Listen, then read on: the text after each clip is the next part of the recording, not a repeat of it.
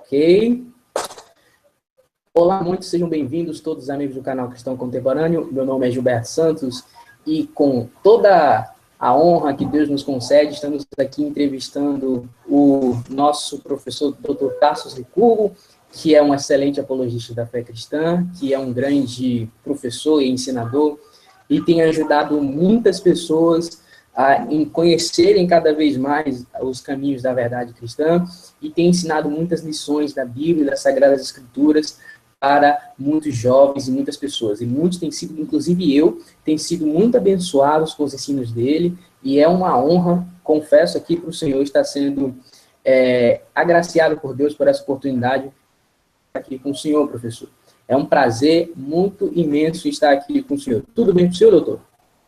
Tudo bem, amigo Gilberto, é uma alegria poder contribuir para os jovens apologetas que estão cada vez mais estudando e se interessando pela defesa racional da fé. É uma alegria, um privilégio estar aqui com você e vamos para esse bate-papo sobre o que podemos dizer do porquê que nós cremos. Ok. Professor, eu gostaria que o senhor começasse falando um pouquinho sobre o seu trabalho. Como é que se dá o seu trabalho? Como é que o senhor age? Como é que o senhor atua? Como é que o senhor se dedica a sua vida para a apologética trabalhando para a obra do Senhor? Eu presido um ministério chamado Ministério Defesa da Fé, que tem por missão apresentar as razões históricas, científicas e filosóficas para se seguir Jesus Cristo. Então, nós temos a maneira de fazer isso por duas vertentes principais. Ou nas igrejas e no universo cristão, demonstrando as razões para a crença, demonstrando que a crença em Jesus Cristo não é apenas uma manifestação do coração, mas também tem apoio na razão, tem apoio no cérebro, conforme nos dizem as Escrituras na 1 de Pedro, capítulo 3, verso 15. Por outro lado, nós temos também muita atuação nas audiências hostis, quando nós fazemos debates e apresentações em universidades públicas em que são discutidas as mais diversas visões de mundo. Ali nós apresentamos as respostas para os ataques que são feitos ao cristianismo. Fora isso, por meio da internet, nós estamos criando agora um curso online em que as razões para a fé, questões de apologética e questões de cristianismo de modo até mais amplo, mais geral, serão debatidas. Então, essas são principalmente as formas em que atuamos, apresentando as razões para a fé para aqueles que são cristãos e apresentando as respostas para a defesa, apresentando as defesas para os ataques que são feitos ao cristianismo. Muito bem. O professor, para a gente começar, o padrão que a gente tem com a entrevista, quando a gente vai abordar alguns apologistas, a gente começa com uma série de padrões. E o padrão que a gente sempre começa é com a pergunta: como é que se deu a sua conversão? Como é que o senhor foi alcançado por Jesus? Ou o senhor já nasceu num berço evangélico? Conte-nos para a gente sobre como é que foi a sua conversão ao cristianismo, como se deu, se ela foi de início, foi uma conversão emocional, depois você foi estudando, ou você foi alcançado pelo cristianismo já pela parte intelectual, pela apologética. Como é que se procedeu isso? Boa parte da minha vida eu fui ateu, inclusive a minha formação acadêmica se deu muito fortemente, Gilberto, em áreas de ateísmo. Então, ceticismo, materialismo, naturalismo, eu estudava muito isso. E chegou um determinado momento em que eu fui ver as visões de mundo religioso e passei a estudar as mais diversas visões de mundo. Então, cristianismo, islamismo, ateísmo, estudar profundamente. O primeiro livro que realmente me impressionou, eu acho que muitos cristãos tiveram esse livro como muito importante em suas vidas, foi o Cristianismo Puro e Simples, o Mere Christianity, de C.S. Lewis, em que naquele livro eu vi que havia realmente um cristianismo inteligente, havia razões intelectuais para a defesa dessa cosmovisão, dessa visão de mundo. Então, eu tive o que eu posso chamar assim, de conversão intelectual. Eu não creio que o intelecto possa converter a pessoa. Eu não creio que haja uma verdadeira conversão no âmbito intelectual. Apologética, como muitos dizem, é um trabalho de lixeira. É um trabalho de lixeiro. É um trabalho de limpar os obstáculos intelectuais que separam o homem do evangelho.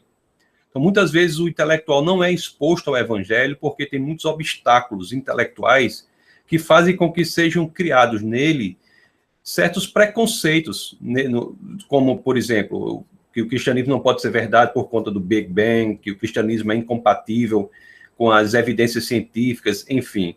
Mas no momento em que essas questões intelectuais são enfrentadas de maneira competente, de maneira razoável intelectualmente, de maneira inteligente, você passa a destruir esses obstáculos. Então, o homem fica aberto ao evangelho. Então, nesse momento é que nós estamos susceptíveis. Eu estava susceptível após vencer essas barreiras intelectuais a ser exposto ao evangelho. Aí houve um momento importante da nossa vida, que foi o falecimento de uma de nossas filhas. Ela faleceu, e naquele momento eu tive que tomar uma decisão verdadeira na vida sobre o que é o cristianismo. Aí, mais uma vez, citando C.S. Lewis, foi quando eu verdadeiramente, na prática, disse que o cristianismo é a coisa mais importante que existe, ou ele é de nenhuma importância.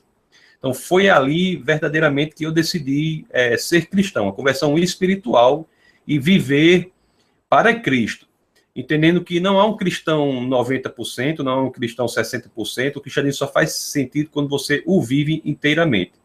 Então, a conversão espiritual se deu neste fato, mas não teria se dado se não fosse o esforço apologético no sentido de destruir esses obstáculos que nos separam do evangelho. Então, foi isso aí, que foi dessa forma que se deu a minha conversão. Ok, professor, muito legal essa história.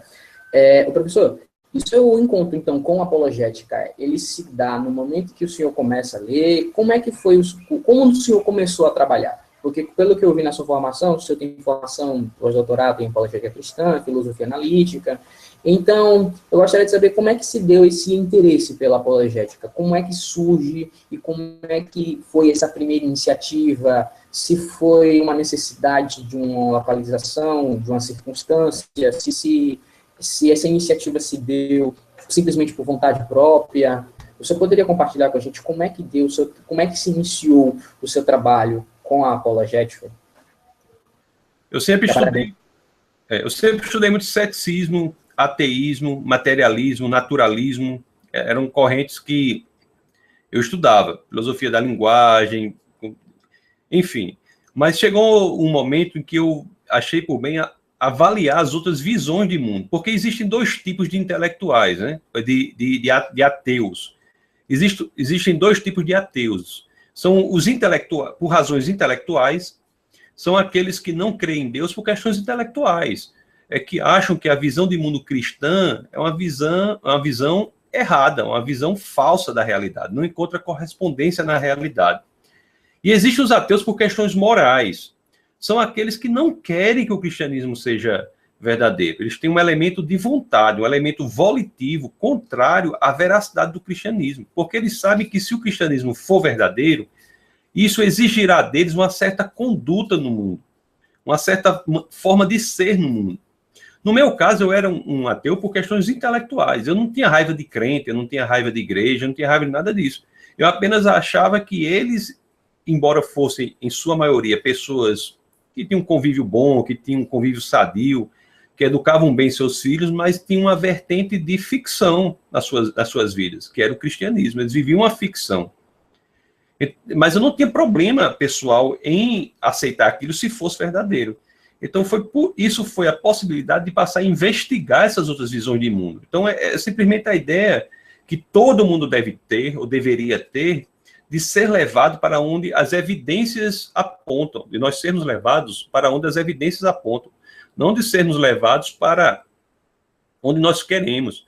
Tem muita gente que adota um sistema religioso porque acha o sistema melhor para ela, o sistema mais confortável, o sistema mais interessante, mas o critério a ser elegido como o determinante para que você adote uma visão de mundo deve ser o critério da veracidade. Então, foi a partir daí que eu fui ver os elementos racionais de sustentação da fé cristã. E aí foi que eu fiquei absolutamente impressionado que o cristianismo é diferente das outras visões de mundo, porque ele se submete ao escrutínio, se submete à investigação, se submete à análise. Não só na passagem, que é a passagem por excelência apologética, do mandamento apologético, que está lá em 1 de Pedro, capítulo 3, verso 15, que você conhece, que diz: santificar o Senhor em seu coração, mas e esteja sempre preparado para apresentar as razões da esperança que há em você, mas faça isso com respeito, moderação, equilíbrio. Não só isso aí, mas nós vemos em outras passagens das Escrituras que o cristianismo traz fundamentos de investigação. O próprio alicerce do cristianismo que está lá na 1 Coríntios, capítulo 15, verso 14, quando Paulo diz que se Cristo não ressuscitou, é vã nossa fé. Então, a ressurreição de Cristo, um fato histórico, investigável, é o fundamento do cristianismo. Então, isso me impressionou muito. Então, foram essas as coisas que fizeram com que eu passasse a investigar o cristianismo. Provas históricas da ressurreição, provas físicas da existência de Deus, como a natureza apontava para um universo teísta. Então, foi isso. E o primeiro livro com o qual me deparei, conforme eu falei antes, foi o Cristianismo Puro e Simples, de C.S. Lewis. Então, foi isso aí. Então, professor, partindo dessas coisas assim, que o senhor falou, a pergunta que se segue é: qual é a relevância, então, já que existem tantas pessoas que se dedicam, o senhor que chegou até um doutorado nessa questão da apologética, então a pergunta que eu faço ao senhor é: qual é a relevância de se estudar? A apologética é uma questão puramente acadêmica ou ele é uma necessidade para todo cristão? Todo cristão deve ter pelo menos um conhecimento básico de apologética. Se tem, qual é a relevância? Para que ele pode ser útil? Para que ele pode ser útil à apologética? Sobre a questão de se todo cristão deve estudar a apologética, isso está resolvido apenas na Bíblia. A carta de Pedro, 1 de Pedro, capítulo 3, verso 15, que eu já citei, é uma carta que é dirigida a todo cristão. Não é a passagem lá não diz que é uma possibilidade, uma sugestão, é verdadeiramente um mandamento. Ele diz: você deve estar preparado para apresentar as razões da sua fé. Então, aquele que tem a Bíblia como inspiração, como fonte de verdade, essa questão perde o sentido, porque a Bíblia determina que nós estejamos preparados para apresentar a razão da nossa fé. Então, isso é uma determinação bíblica. Fora isso, saindo dessa questão, que é uma questão que me parece resolvida só na Bíblia, mas se nós quisermos analisar do ponto de vista social, da análise sociológica da questão, existe uma pesquisa muito conhecida nos Estados Unidos que diz que 75% a 80% dos jovens cristãos abandonam o cristianismo quando entram na universidade ou nos últimos anos do ensino médio. De cada 4 jovens cristãos, 3 estão abandonando o cristianismo quando entram na universidade. E as razões para isso são os desafios céticos que encontram nesses ambientes que são favorecidos intelectualmente. Então, é uma necessidade. Se nós não quisermos perder os nossos jovens, os líderes cristãos têm de dar abertura à análise apologética. Não há mais espaço para a seguinte ideia: não questione, apenas creia. Isso não funciona mais. Essa vertente de cristianismo fracassou. A crença sem questionamento, a crença sem sustentação intelectual, ela é inoperante no sentido de manutenção do jovem no cristianismo. Apenas o cristianismo que é fruto do amplo convencimento, o cristianismo que é fruto da convicção, é aquele que verdadeiramente encontrará aquele caminho que separa o cérebro do coração e estará enraizado no coração do homem, de maneira que quando eventuais ventos da incredulidade baterem à porta do jovem, ele saberá que o cristianismo não é apenas uma escolha, mas é, acima de tudo, a expressão máxima e primeira da verdade. Então, professor, ok.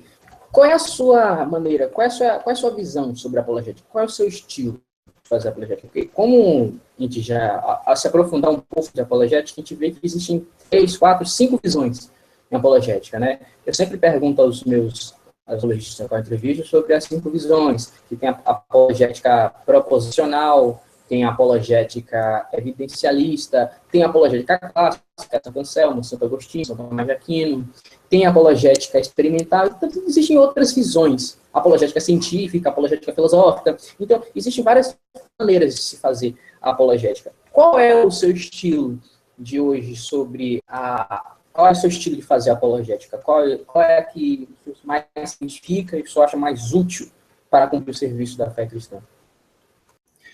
Olha, eu acho que essa questão, ela se dilui muito diante da ideia de que apologética não é uma construção em si mesmo, não é uma coisa que você faz por ela mesma. Apologética é simplesmente o esforço para entender o mundo verdadeiramente. Então, se você quer fazer uma apologética de uma natureza ou de outra, você tem de fazer, mas sem perder a ideia de que o que nós estamos lidando é com a verdade. É a busca pela verdade. Se você quiser me definir, ou se você quiser que eu escolha uma, eu acho que a apologética que eu mais faço é a evidencialista. Mas eu não sou contrário a nenhum outro tipo de apologética, porque eu simplesmente entendo que a nossa postura é de buscar as evidências que nós temos no mundo e entender o lugar para onde essas evidências apontam. Então, eu não posso me filiar a um partido apologético e negar outras formas de fazer apologética. O que eu tenho que fazer, simplesmente, é entender que a minha razão pode levar e sustentar a fé cristã. Entender como isso pode ser feito das mais diversas formas. Por exemplo, se uma determinada corrente apologética nega as evidências científicas, é muito complicado, do meu ponto de vista, fazer isso, porque as evidências científicas são importantes. São as evidências científicas que fazem com que nós estejamos aqui nos comunicando. Você está em que lugar? Eu estou em Camaçari, no estado da Bahia. Então, você está na Bahia, eu estou aqui no Rio Grande do Norte, nós estamos nos comunicando graças à ciência. Então, nós não podemos negar a ciência. Então, toda a tecnologia que existe, todo o avanço científico é importante. O que nós temos que fazer é entender como isso aponta para a fé, sem preconceitos, sem julgamentos, sem tentar dividir o corpo de Cristo. Simplesmente investigando o mundo e vendo para onde ele aponta. Então, quando a discussão entra sobre subpartidos de apologética, eu acho o seguinte, eu acho que nós devemos primeiro pensar, olha, eu faço qualquer coisa desde que isso tenha sustentação na razão.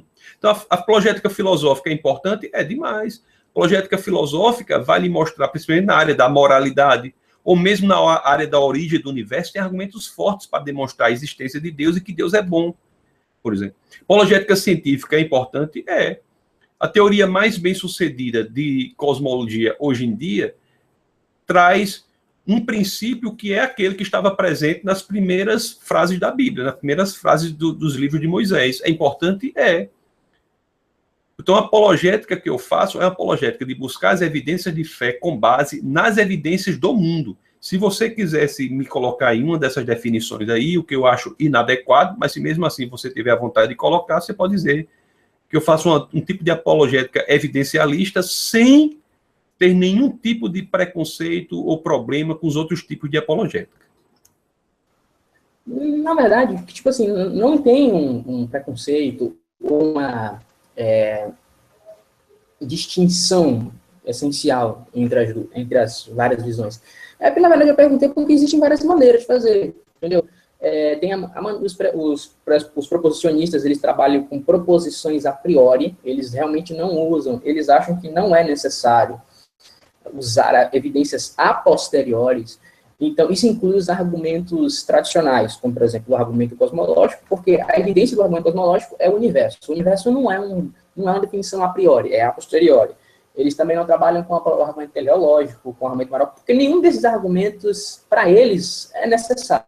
Eles vão dizer que o argumento cosmológico é um argumento que prova que existe um Deus, mas não prova que esse Deus é da Bíblia.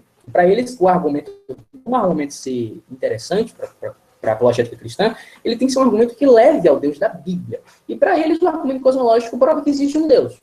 Tá, só existe um Deus. não prova que esse Deus é cristão, não prova que esse Deus é da Bíblia, que ele tem que ser 3 pessoas, que é uma trindade, não prova nada. Então, por pensar assim, eles acham que não é necessário. Então, eles buscam os seus principais proponentes, que é o Cornelius Van Til, que é o Gordon Clark, que é o Vincent Young, e eles acham que esses argumentos usados, eles criticam até os argumentos de Craig, do Lennox e por outros, porque eles argumentam, eles vão te levar que existe um Deus, mas necessariamente não é cristão. Para eles, o argumento que presta realmente é um argumento que vai levar a existência de um Deus que seja da Bíblia. Então, essa é a visão deles, entendeu? Então, geralmente, quando eu vou entrevistar algum apologista, eu sempre pergunto, olha, qual é a tua visão? Qual é a tua visão sobre apologética? Que tipo de maneira? Mas, na verdade, não são, pelo menos até onde eu sei, não são visões conflitantes, por exemplo. Se você é proposicional, não tem nenhum problema com os evidencialistas, entendeu? São só maneiras, realmente, de fazer apologética. Geralmente, é esse padrão que eu sigo na hora que eu vou perguntar ao apologista, ao professor, qual é a visão dele, como é que ele vê essa questão.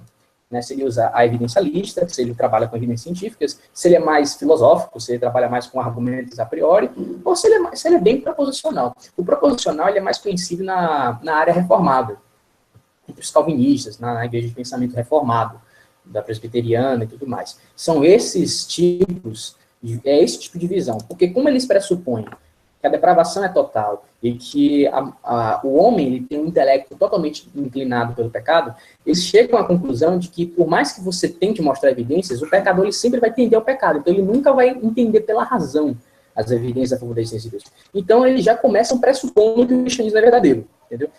É por isso que eu não me pactuo com esse tipo de apologética, porque, tipo assim, ele trabalha justamente numa petição de princípio. Ele já pede para você concordar com eles, mais ou menos, sobre essa questão de que, no final das contas, o cristianismo é verdadeiro. É uma espécie de petição de princípio. Mais ou menos assim. Mas eu tenho minhas reservas sobre isso. Mas, geralmente, o mais popular, que é o Craig, que é o... E tem um tipo de apologética epistemológica, que é o estilo usado pelo Alvin Plantinga. Você vê que ele trabalha muito com proposições ali, mas ele não trabalha com... já pressupondo que o cristianismo é verdadeiro. Ele trabalha usando lógica epistemológica, né?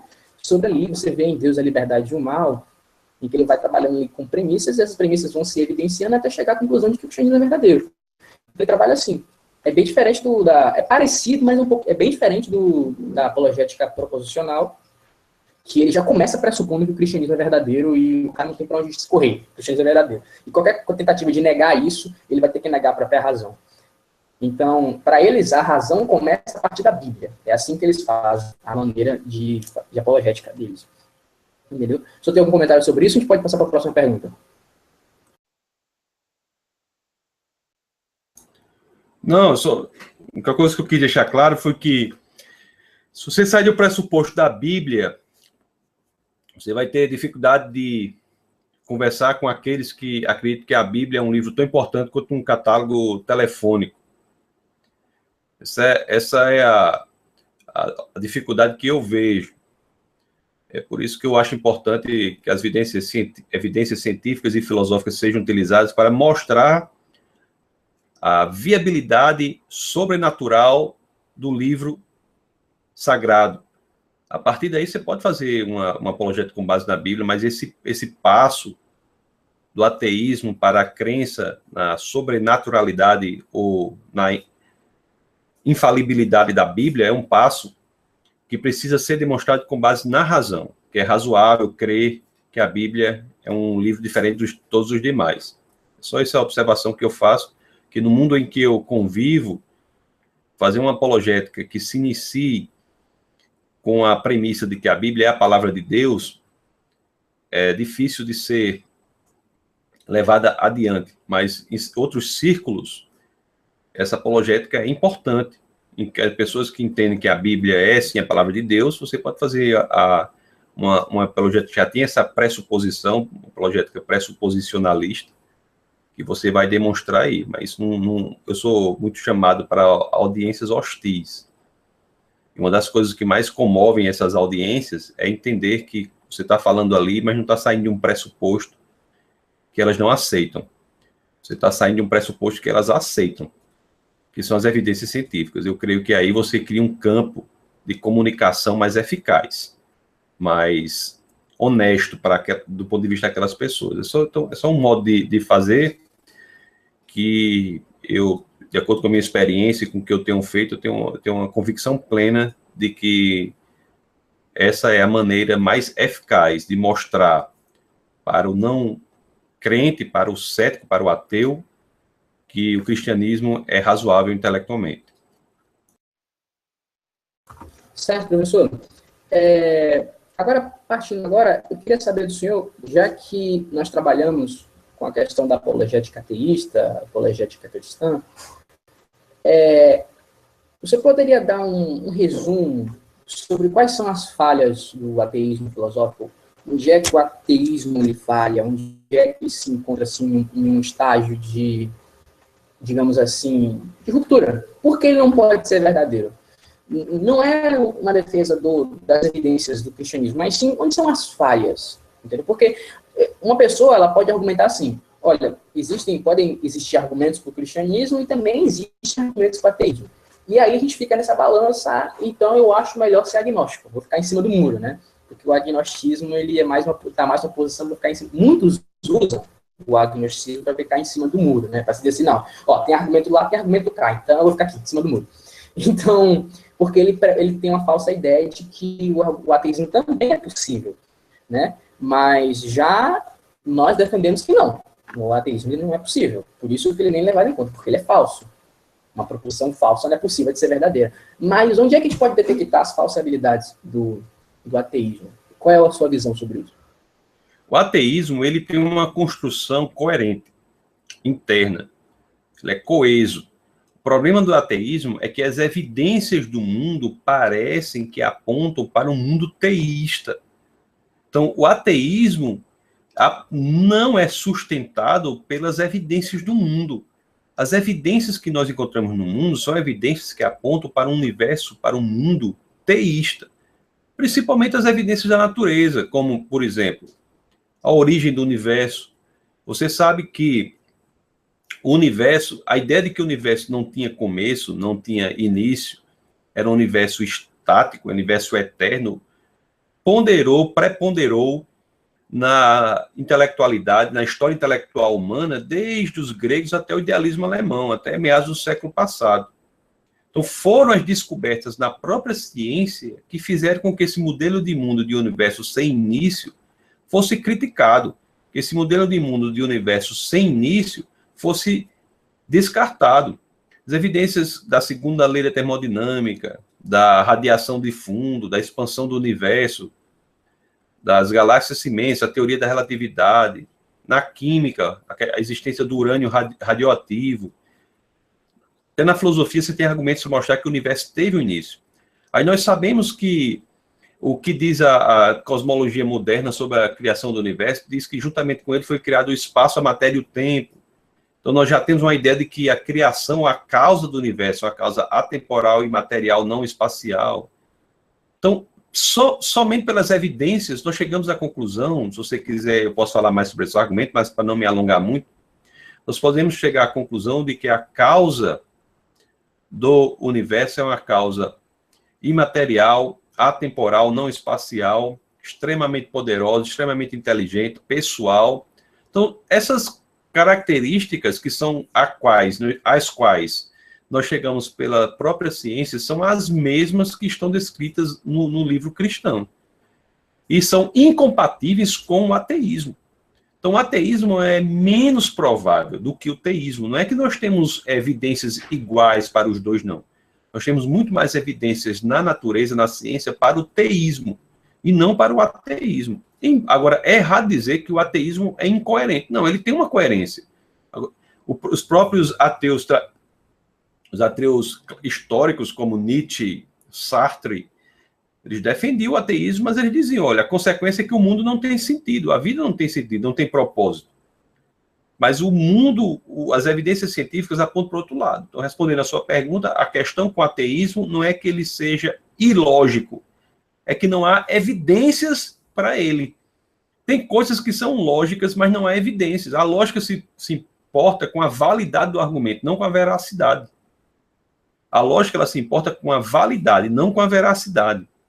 Então, as premissas do ateísmo não têm evidências para ela. E as premissas do teísmo têm cada vez mais evidências científicas. Nós somos cristãos não é pelo que nós não conhecemos, é pelo que nós conhecemos. Cada vez mais a ciência vem trazendo evidências para sustentar as premissas do argumento cristão.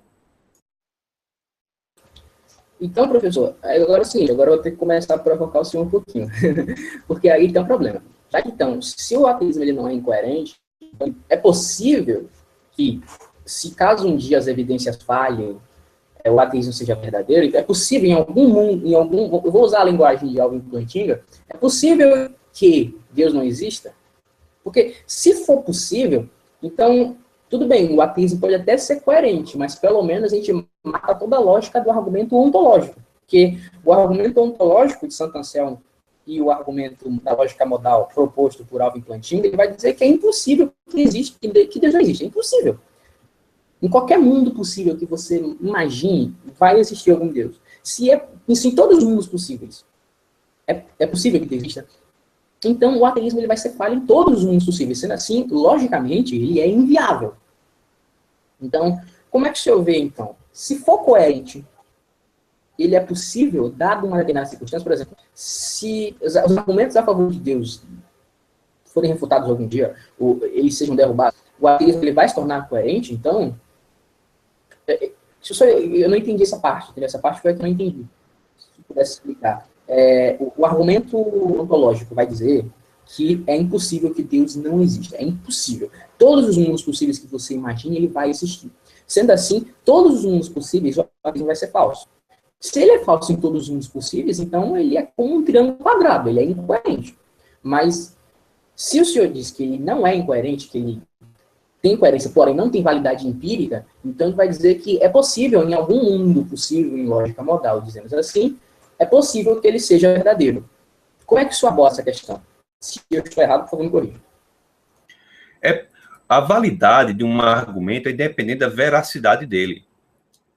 Eu posso dizer assim, todos os homens gostam de chocolate, de sorvete de chocolate. Gilberto é homem, portanto, Gilberto gosta de sorvete de chocolate. Essa é uma visão de mundo válida, absolutamente válida. A consequência, a conclusão, ela decorre das premissas. O problema deste argumento não está na construção do argumento, mas está nas evidências para as premissas do argumento. O que eu estou dizendo é que um argumento falso pode ter coerência lógica, pode ser arquitetado de forma coerente do ponto de vista da lógica, pode ser um argumento válido, mas que provém de premissas falsas e leva a uma conclusão falsa, a conclusão de que Deus não existe, é uma conclusão falsa. E as premissas também são falsas. Então, o que eu estou destacando aqui é que o problema que há, muitas vezes, na discussão com os ateus é esse. É se você chegar e dizer, não, o ateísmo é ilógico. Isso é uma falsidade. O ateísmo é lógico. O cristianismo é lógico. O islamismo é lógico. São modelos de mundo para os quais há ou não há evidência. É claro que se você aderir ao argumento de Anselmo, segundo o qual Deus é o ser do qual não se pode pensar nada maior, que encontra uma vertente mais atualizada em Alvin Plantinga, que você até, se eu não me engano, citou em algum momento, você vai defender que em qualquer mundo possível, o ser do qual não se pode pensar nada maior deve existir metafisicamente, existir realmente, não só apenas na concepção. Então, se esse argumento é verdadeiro, realmente as visões de mundo ateístas são provadas como falsas. O que não quer dizer que não haja uma coerência interna válida. O que você vai provar é o quê? Você vai provar que esses argumentos ateus, que são válidos, são realmente falsos, porque a conclusão a que ele chega é uma conclusão falsa. Então, não há uma relação obrigatória entre validade e veracidade na construção lógica do argumento. O que eu estou dizendo aqui é que o ateísmo é falso, mas traz, em sua grande maioria, construções que são válidas, como o islamismo, como o cristianismo. A grande coisa do cristianismo não é sua coesão interna, que ele é mais coeso que qualquer um outro, é verdade. Mas o grande diferencial realmente do cristianismo são as evidências. Se alguém de outra visão do mundo chega para você e defende outra visão de mundo, você deve não discutir necessariamente a coesão do argumento, se ele for válido, mas discutir quais são as evidências que a pessoa tem para aquela visão de mundo. Por que você pensa diferente? Então, são pelas evidências do mundo. Agora, há evidências, aí você falou empíricas. Eu concordo que há evidências que são de índole teóricas também, unicamente teóricas, puramente filosóficas. O argumento ontológico é um de índole estritamente teórica. Então, é difícil analisá-lo sob o prisma empírico. Mas a grande manifestação hoje em favor do cristianismo é de origem empírica, em que você mostra que o mundo cada vez mais traz evidências para a veracidade do cristianismo. Essa é a grande coisa, a grande revolução intelectual no cristianismo. É por isso que nós temos crescentemente números de filósofos cristãos cada vez mais publicamente exercendo essa visão de defesa do cristianismo por meio de argumentos filosóficos com base na ciência também. Então, não sei se eu consegui explicar bem isso. Você coloque aí se ficou alguma dúvida. Não. Tá, tudo bem. Ok. Então, eu vou agora abordar aqui, o senhor, alguns problemas, alguns argumentos ateístas. Eu queria saber qual é a sua visão sobre a resposta cristã a esses argumentos. Em primeiro lugar, queria falar sobre o argumento do mal, do problema do mal, né? A gente se inspira muito em Epicuro, que ele trouxe esse argumento da primeira vez, que se Deus é bom, ele faria qualquer coisa para evitar o mal. Se Deus é onipotente, então ele pode evitar o mal. E se Deus ele é onisciente, ele sabe que qualquer coisa que vai providenciar o mal que é possível de acontecer, acontecerá. Então, se for assim, ele não vai permitir o mal. Se Deus existe, ele tem todas essas qualidades. Porém, isso vai levar, segundo Epicuro, a conclusão de que se Deus existe, o mal não existe. Porém, o mal existe. Então, ele chega à conclusão de que ele não deve existir Deus. Qual é a sua resposta em relação a isso? Do ponto de vista filosófico, a existência do mal aponta para a existência de Deus, né? Isso foi a grande razão da conversão de C.S. Lewis, quando ele diz assim, né, que ele era ateu porque ele não conseguia conceber um Deus bom e que permitisse um mundo tão cruel e injusto como este. Até que ele concluiu, ele viu que, peraí, com que eu estou comparando a injustiça, a irretidão deste mundo, a maldade deste mundo? Eu só posso saber que uma linha está torta se eu tiver a ideia de uma linha reta. Então, a partir daí, ele viu que a existência do mal do mundo, na realidade, era necessária, era um indicativo de que havia um bem absoluto, uma lei moral absoluta e, portanto, um legislador moral absoluto. Então, a existência do mal do mundo é um argumento teísta, não é um argumento ateísta. Quanto à preocupação de que Deus não faz nada, o mundo cristão diz que ele fará. Só não fez até agora. Mas ele fará alguma coisa. Então, a Bíblia estabelece que Deus fará alguma coisa contra tudo isso. Então, eu acho que isso aí é um argumento muito forte para o nível leigo da discussão, mas no ambiente mais acadêmico está totalmente superada a ideia de que são incompatíveis a existência de Deus com a existência do mal. A existência do mal, repetindo, ela denota, ela aponta para a existência do bem absoluto.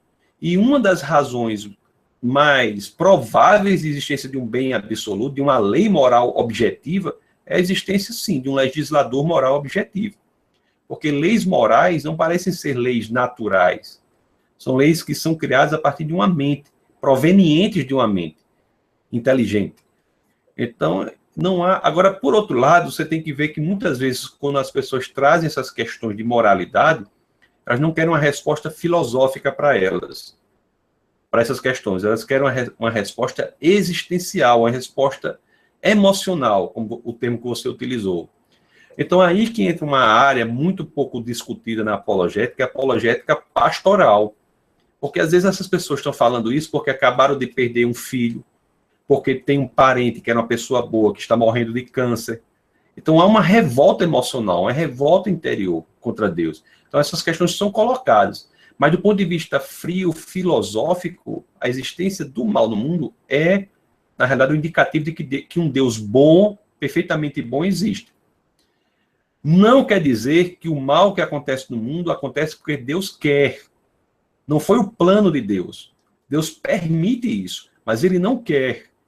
Ele tem um plano de redenção no momento em que o homem cai. Então, essas questões são respondidas por uma área muito mais teológica do que propriamente apologética.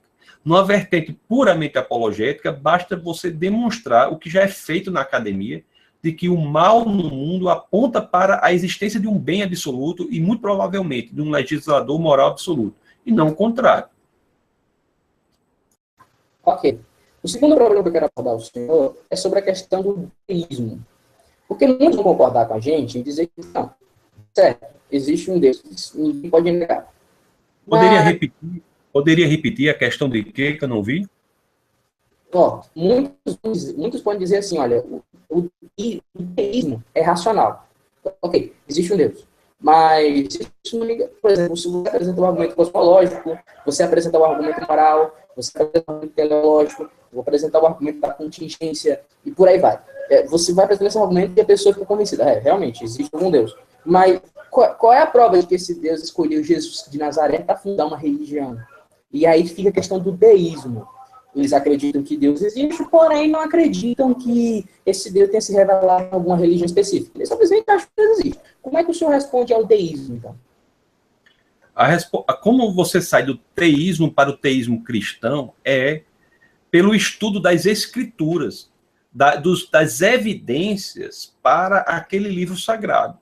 Você vai ver que a Bíblia é diferente de todos os demais livros sagrados por muitas razões.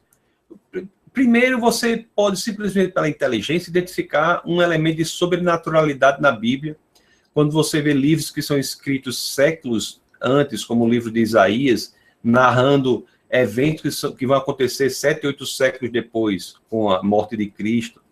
Você analisa os livros, 66 livros da Bíblia, que foram escritos num período de 1.500 anos. Você vê que são 39 livros do Antigo Testamento, escritos por cerca de 31 autores, 27 livros do Novo Testamento, escritos por cerca de 9 autores. Você analisa todo esse conjunto literário, que é escrito com estilos os mais diversos possíveis, né? Tem livros que são de natureza poética, os primeiros capítulos de Gênesis, o livro de Jó, o livro de Salmos, o livro de Cantares. Tem livros que são de natureza estritamente histórica, técnica, como é o livro de Atos. Só o livro de Atos tem 84 fatos que são provados pela história e pela arqueologia. Então você pega todo esse conjunto de livros escritos em lugares mais diversos possíveis, né? Livros que foram escritos no deserto, como provavelmente os livros de Moisés. Livros foram escritos em prisão, livros em prisão. João, lá na ilha de Patmos, escreveu o Apocalipse. Então você pega esses livros escritos por pessoas tão diferentes, em áreas tão diferentes, em épocas diferentes, com estilos literários diferentes. Aí você analisa todos e vê que não há nenhuma dificuldade que não seja respondida. Começa a identificar que existe o intelectual, simplesmente pela análise intelectual, começa a identificar que há algo naquele livro que o diferencia de todos os demais. O número de existência de cópias do Novo Testamento, as 5.686 cópias do Novo Testamento na mão do ser humano. Das 20 mil linhas do Novo Testamento, nós temos 5.686 cópias. Em segundo lugar, nessa corrida, tem a Ilíada de Homero, com 643. Livros de Platão, de Aristóteles, ou mesmo de historiadores da Antiguidade, como Suetônios, Tácitos, são baseados em 7, às vezes 10 cópias. Então, como é que você vai dizer que este livro é, sim, o livro da revelação de Deus? Pelas evidências que nós temos aqui. Você vê que esse livro tem evidências que são incompatíveis. Esse livro só pode ter sido um milagre. A existência do próprio livro, com tantas cópias, eu falei 5.686, eu falei traduções, manuscritos que foram traduções feitas para a língua do Novo Testamento, que é o grego. Se eu for falar aqui para as traduções para línguas da época, esse número chega a 25.000 cópias. Isso não se repete em canto nenhum. Então, se você for olhar o fundamento do cristianismo, aí você vai ver a pessoa de Jesus Cristo. Por que o fundamento do cristianismo é um fato histórico investigável, que poderia ser falsificado? Se alguém quisesse destruir com o cristianismo, era a coisa mais fácil que tinha, do ponto de vista intelectual. Bastava provar que Cristo não ressuscitou. Então, todas as provas históricas da análise da ressurreição de Cristo apontam para o fato de que ele ressuscitou sim. Então, nós temos aí algo que não se repete em nenhum outro sistema de mundo. Olha, se eu for falar aqui numa linguagem bastante ateísta e cética, eu tenho pelo menos de dizer o seguinte: temos que pelo menos entender que do ponto de vista intelectual, do ponto de vista puramente intelectual, todos têm de aceitar que a Bíblia é um livro que traz características insuperáveis se comparado com qualquer um outro. E o fundamento do cristianismo é um fato histórico investigável. Não é um sonho que um profeta teve, não é uma revelação que ele teve porque um anjo lhe contou, não é uma descoberta que ele teve dentro de si mesmo, não é uma ressurreição espiritual que ele teve, não, é uma ressurreição física, pública, de um homem num túmulo público, vigiado. Então, basta investigar isso, e existem inúmeras provas para a ressurreição de Cristo. Inclusive, tem um Gary Habermas, que é um acadêmico que dedicou a vida dele às provas da ressurreição, e se você tiver interesse, nós podemos falar algumas delas, da ressurreição de Cristo. Então, resumindo, para passar para você a palavra aqui, por que o cristianismo e não outras religiões? Pela confiabilidade da Bíblia e pela pessoa de Jesus Cristo, em especial por sua ressurreição pública ser o fundamento do cristianismo, conforme Paulo diz na 1 aos Coríntios, capítulo 15, verso 14. Ok, professor. Então, vamos fazer o seguinte, então. A gente vai examinar os 5 argumentos mais famosos do cristianismo, né? O argumento cosmológico, o teleológico, o moral, e os 4, não são 4, da ressurreição. Eu vou lançar algumas objeções que são famosas na internet, muitas pessoas fazem objeções a eles, e o senhor vai lançar algumas respostas. Vamos começar com o argumento cosmológico. O argumento cosmológico ele é o que é o mais atacado, né? Existem muitas e muitas, tem aquela clássica objeção, se Deus tudo que criou Deus, se Deus tem uma causa, se tudo que existe é uma causa, Deus tem uma causa. Mas vamos pegar para as objeções mais acadêmicas, vamos para objeções mais filosóficas, começando com o argumento cosmológico. Deixa eu só responder essa daí, que embora seja uma objeção simples, não seja muito acadêmica, conforme você disse, mas muitas pessoas têm, né? A ideia de você dizer se Deus criou o universo, quem criou Deus, é um erro de categoria, porque você está colocando Deus na categoria das coisas que foram criadas. Só há criatura, só há criador naquilo que foi criado. Aí a própria ciência entendeu isso. Durante anos e anos, durante séculos e séculos, ninguém perguntava quem criou o universo, porque a ideia de que o universo nunca havia sido criado. A grande implicação teológica de modelos da criação do universo, de que o universo foi criado, é exatamente esta. Que só porque o universo foi criado, agora faz sentido perguntar quem é o Criador. Então, Deus, não faz sentido perguntar quem é o Criador de Deus, pelo simples fato de que ele não é uma criatura. Quando você pergunta quem criou Deus, você está colocando Deus na categoria das coisas que foram criadas, o que é um erro intelectual.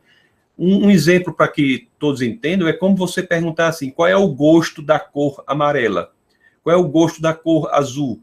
Você está trocando as categorias e, portanto, a pergunta fica sem sentido. Então, continue aí para as próximas. Ok. Agora vamos para uma projeção um pouquinho acadêmica. Primeiro, se nós dissemos que a causa do universo ela tem que ser atemporal, tem que ser imaterial, e tem que blá, blá, blá, ok. Agora vamos ficar na atemporalidade. Atemporal significa estar fora do tempo, sem tempo. Não, alguma proposição que não requer tempo. Por exemplo, isso é uma proposição atemporal. Você não precisa estar no tempo nem no passado, nem no presente, futuro para perceber isso.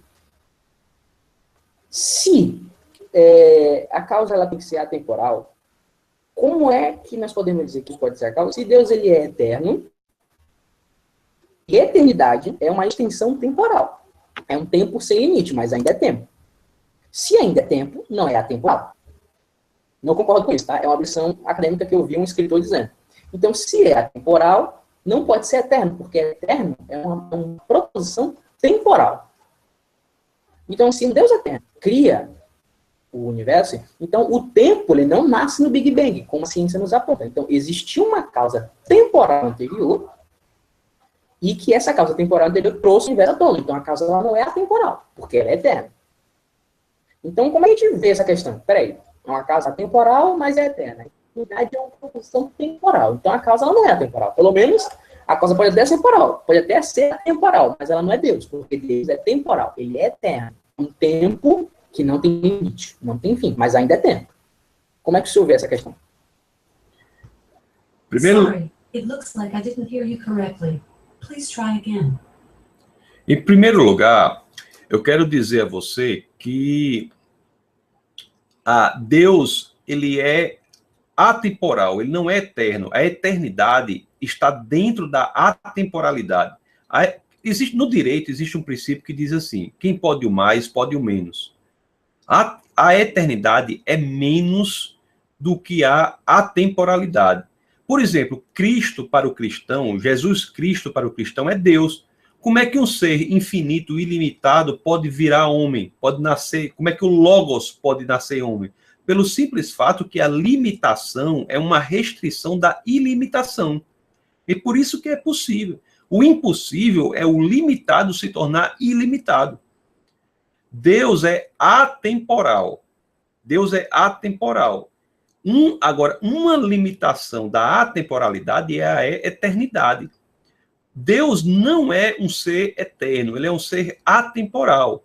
Ele consegue ver o futuro, o passado, o presente, na ordem em que ele quiser.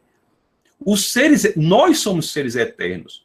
Nós viveremos eternamente, aqueles que assim o querem, viverão eternamente ao lado de Deus. Mas nós nunca subverteremos a lógica passado, presente e futuro. Para Deus, essa lógica não se aplica. Então, o erro dessa colocação é exatamente entender que Deus é eterno, quando, na realidade, ele é mais do que isso. Ele é atemporal, embora a atemporalidade guarde a eternidade. Não tem problema, porque ser eterno é menos que ser atemporal. Ser atemporal é, efetivamente, estar fora do tempo. Como, inclusive, é o que dizem não só as escrituras, mas também as evidências do mundo.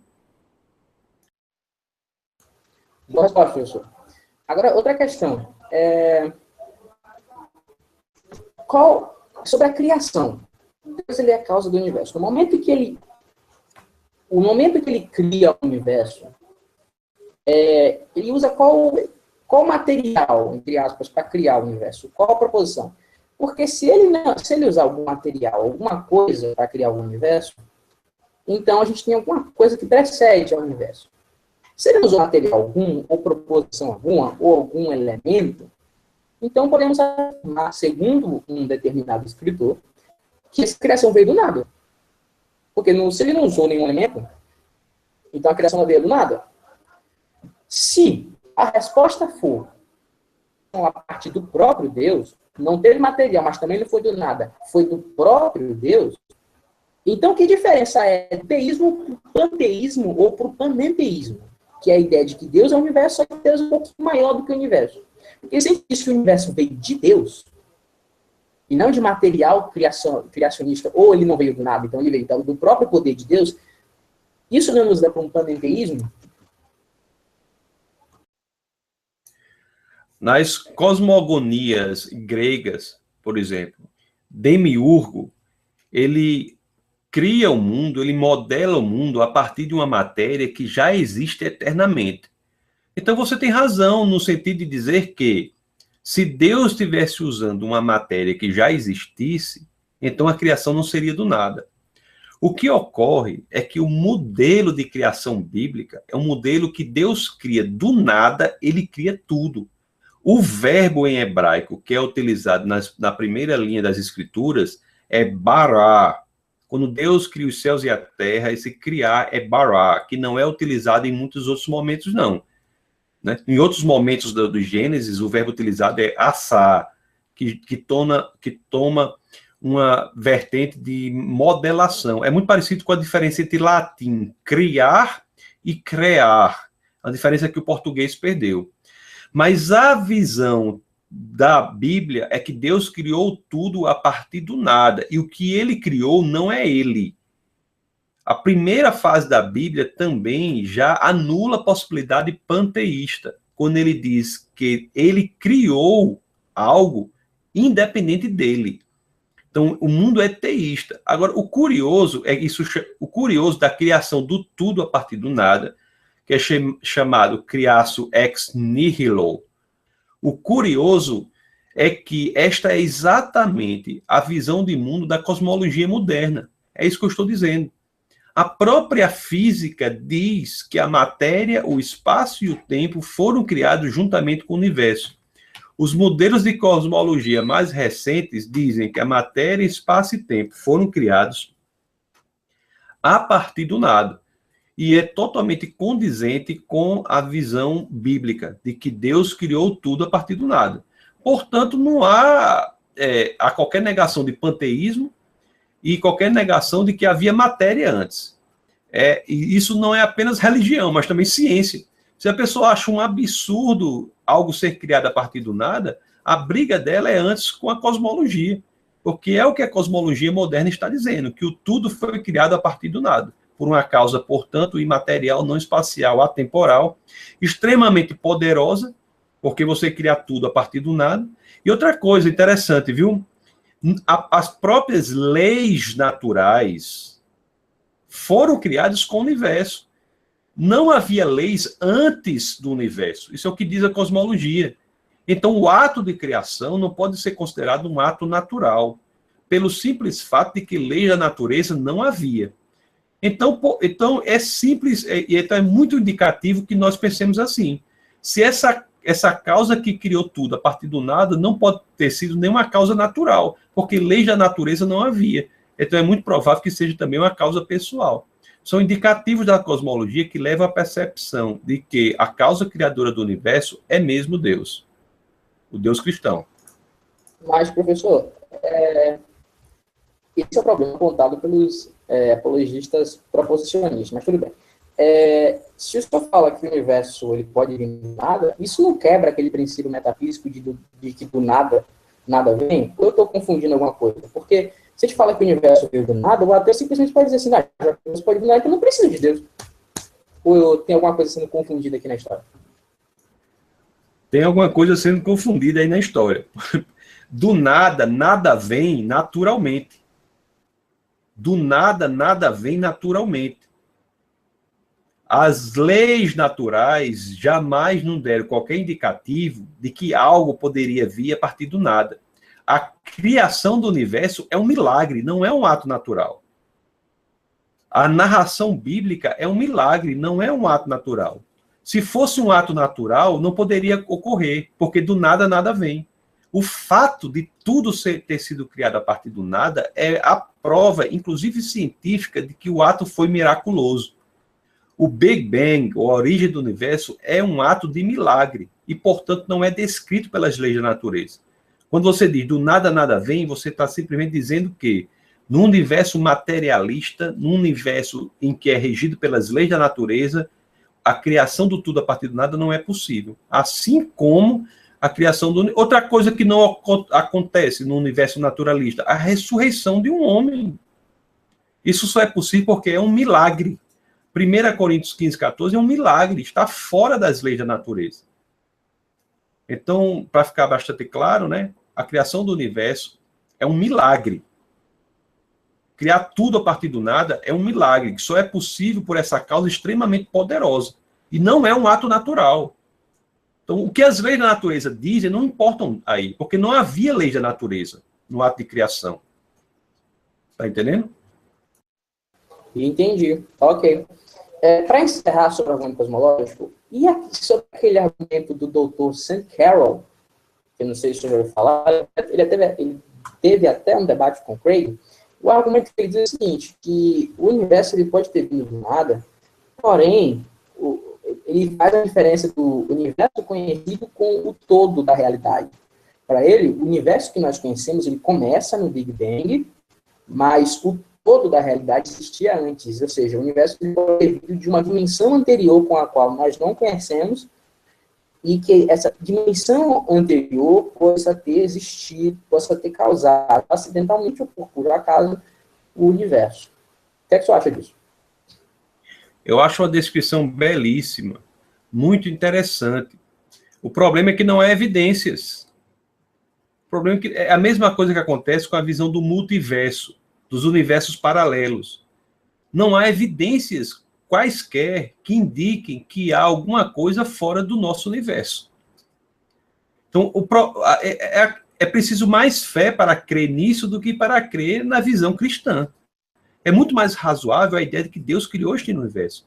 Quando você diz que há um sistema fora do universo, você está expressando um ato de fé, não um ato de ciência, não um ato de razão, não um ato para o qual há evidências. O problema para essas ideias como multiversos, universos paralelos, essa que você acabou de dizer, é o problema de que são expressões de fé sem razão. E essa fé não interessa para o cristianismo. Porque para o cristianismo o que interessa é a fé racional, a fé para a qual há evidências. Essas daí são crenças, construções intelectuais muito mais afeitas à ficção do que à realidade. No momento em que ele trouxer evidências reais para que nós possamos considerar isso como uma possibilidade, aí sim. Mas no momento que você diz que o universo é de forma tal e tal e não diz as evidências para isso, porque não há, é muito difícil acreditar nesse tipo de abordagem. Ok. Entrando assim no argumento teleológico, eu já vi uma pessoa dizer o seguinte, ele fala que os apologistas eles dizem que, segundo os cálculos matemáticos, é muito improvável que o universo viesse do acaso ou da necessidade física. Mas eles reclamam que nunca foi apresentado um cálculo para saber qual é a probabilidade da existência de Deus. Ora, eles só fazem cálculos do acaso e da necessidade física, mas também nunca apresentaram algum cálculo probabilístico sobre a existência de Deus. Sendo assim, já que a gente não pode calcular probabilisticamente a possibilidade de um design inteligente ter criado o universo, o argumento teleológico ele cai por água abaixo. A segunda parte desse argumento é a seguinte: eles falam que se o universo fosse ajustado, eles falam que os apologistas dizem assim, que se o universo fosse ajustado de uma outra forma, não haveria vida. Porém, isso é uma pura especulação, porque a gente não conhece esse outro tipo de universo para a gente estar dentro desse universo para depois a gente perceber se haveria vida ou não. Ou seja, eles falam que o argumento teleológico é puramente especulação. O que você acha disso? Isso é um questionamento muito interessante e tem resposta para ele. E, começando pela última pergunta, por que nós dizemos que a vida neste universo é uma prova de que há uma mente inteligente por trás, já que se nós não existíssemos, nós não teríamos nem como fazer essa pergunta. Por que fazemos isso? Pela ciência. Por exemplo, existem 122 características bastante conhecidas, que são como elementos, sintonias finas, que são milimetricamente sintonizadas para que a vida exista. Existem 122 conhecidas, nível de oxigênio no ar, gravitação, etc, etc. Inclusive, eu estava até conversando com um colega, aqui, professor da Universidade Federal onde eu ensino, ele é um grande nome na área de estudo de exoplanetas. Ele ensina também em Harvard, na Universidade de Harvard. E ele estava dizendo para mim o seguinte, dizendo, Licurgo, exoplanetas são planetas que têm algumas semelhanças com a Terra. E ele estava estudando Marte, ele diz, uma das coisas mais incríveis é que Marte não tem campo magnético. O campo magnético por exemplo, é um dos inúmeros elementos que são centrais para a existência de vida. Se não houver campo magnético é como um escudo contra radiações. Se não houver, a vida é extinta.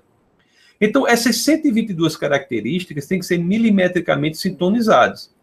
Existe uma estatística que vai dizer que a existência de um planeta como a Terra, por acaso, só poderia se dar em uma chance de 1 em 10 elevado a 138. 1 em 10 elevado a 138. Ocorre, meu amigo, que existe um princípio na matemática chamado princípio de Borel, que diz que a probabilidade de uma chance em 10 elevado a 50 é igual a 0. E aqui está a grande coisa. Preste bem atenção. Olha só. Pela matemática, uma chance em 10 elevado a 50 é igual a 0, ou seja, é igual a impossível, independentemente se essa chance ocorre ou não ocorre, não estou falando disso. A matemática diz que uma chance em 10 elevado a 50, de acordo com o princípio de Borel, é impossível. Uma chance em 10 elevado a 51 seria 10 vezes impossível. Uma chance em 10 elevado a 52 seria 100 vezes impossível. Uma chance elevada a 10,53, 1000 vezes impossível. 54, 10 mil vezes impossível. E assim sucessivamente, até chegar em uma chance elevada a uma chance em 10 elevada a 138. Quantas vezes impossível seria isso? Então, a chance de existência de um planeta como a Terra, por acaso, é de 1 em 10 elevado a 138. É um sem número de vezes impossível, independentemente de se nós existimos ou não. Isto é um dado objetivo que a ciência e o estudo da matemática trazem. Aí é a resposta para a ideia de que não temos como calcular, porque em qualquer universo em que existíssemos, nós já existiríamos. Não é assim. A própria ciência diz que a nossa existência aqui é mesmo impossível, sem número de vezes, se fosse considerada por acaso. Então, dessa forma, é que nós sabemos que somos mesmos um milagre. Outra coisa, a probabilidade de existência de Deus não é o que o argumento teleológico está fazendo, não.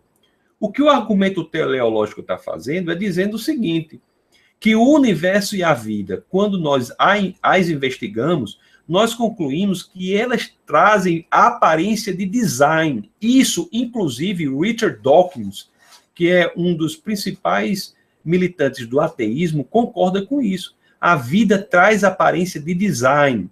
E, portanto, a resposta mais razoável para isso é que ela foi desenhada, é que é um designer. Simplesmente mostrando que a resposta mais razoável, quando nós investigamos o universo e a vida, é de que ela foi desenhada e, portanto, há um designer. É totalmente desnecessário o cálculo de probabilidade da existência de Deus.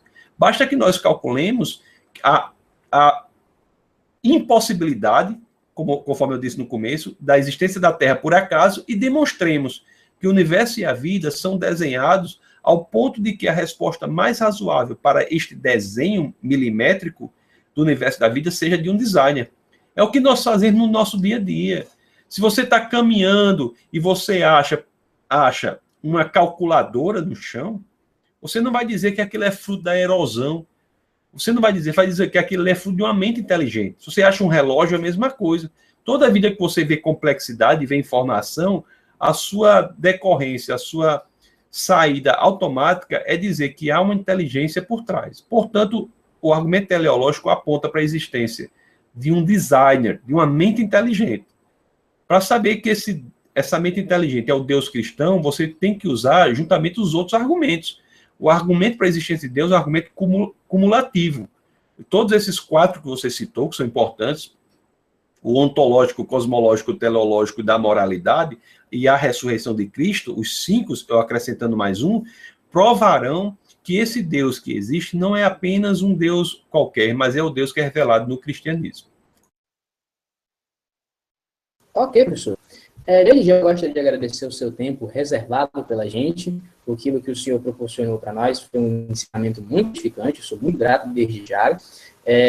Então, para encerrar, eu gostaria de pedir ao Senhor que o Senhor deixasse uma mensagem para as pessoas que estão nos assistindo agora e aquelas que vão assistir posteriormente, que estão começando a se interessar agora pela apologética, que estão começando a interessar-se agora, que estão começando a analisar alguns vídeos, que estão começando a ter, e outros que têm dúvidas interiores, que nem iniciaram na apologética, mas que têm dúvidas interiores sobre si, sobre a provável existência de Deus. Então, quero saber qual o recado que o senhor deixa, a mensagem de ânimo e de encorajamento dessas pessoas a começarem a estudar e a começarem a se preparar para trazerem respostas cristãs, conforme está escrito na carta de 1 Pedro.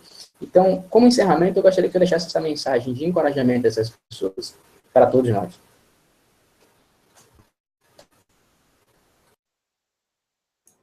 Eu agradeço a oportunidade de bater esse papo com você sobre essas questões tão importantes. Parabenizo a você pelo nível das perguntas. Vejo que você é um estudioso do assunto, um apologeta jovem, tem um futuro brilhante pela frente e será muito importante para a divulgação da pessoa de Jesus Cristo aqui na Terra, que é a nossa missão principal. E quanto àqueles que estão estudando, que estão se dedicando, eu quero dizer que se dediquem verdadeiramente. Saibam que o cristianismo não é um modelo de mundo que exige que você não pense. Pelo contrário, o cristianismo exige a sua inteligência, a sua dedicação. Não tenha medo do conhecimento, não tenha medo do saber, não tenha medo da ciência, não tenha medo da universidade. É somente neste mundo em que o secularismo, o humanismo, o materialismo estão cada vez maiores, é que é possível expandir o universo pelo argumento apologético. E conte conosco aqui, estamos à disposição para o que precisarem. Se quiserem entrar em contato conosco para tirar dúvidas, o nosso site é defesadafé.org.